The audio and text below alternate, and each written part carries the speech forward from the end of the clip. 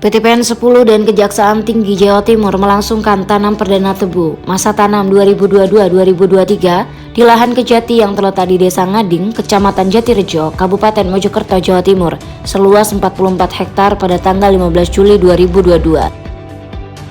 Bapak Tuhu Bangun selaku Direktur PTPN 10 menyampaikan, 44 hektar diharapkan bisa memberi konstruksi positif dalam menekan harga gula dan secara umum akan membuka lapangan kerja di masyarakat sekitar.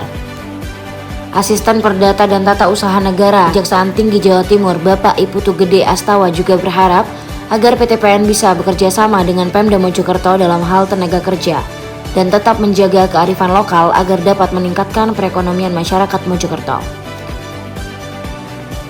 Bupati Mojokerto Ibu Ikvina Fahmawati juga menyampaikan bahwa ini merupakan keberkahan dan kerjasama yang luar biasa untuk Kabupaten Mojokerto. Beliau juga berharap terbukanya lapangan kerja di Kabupaten Mojokerto, khususnya di Desa Ngading dan Desa Semengko.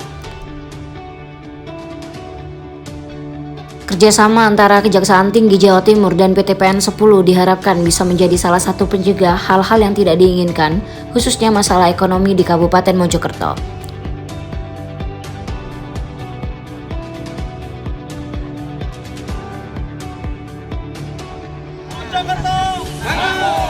Dari Mojokerto News Indo, Devi melaporkan.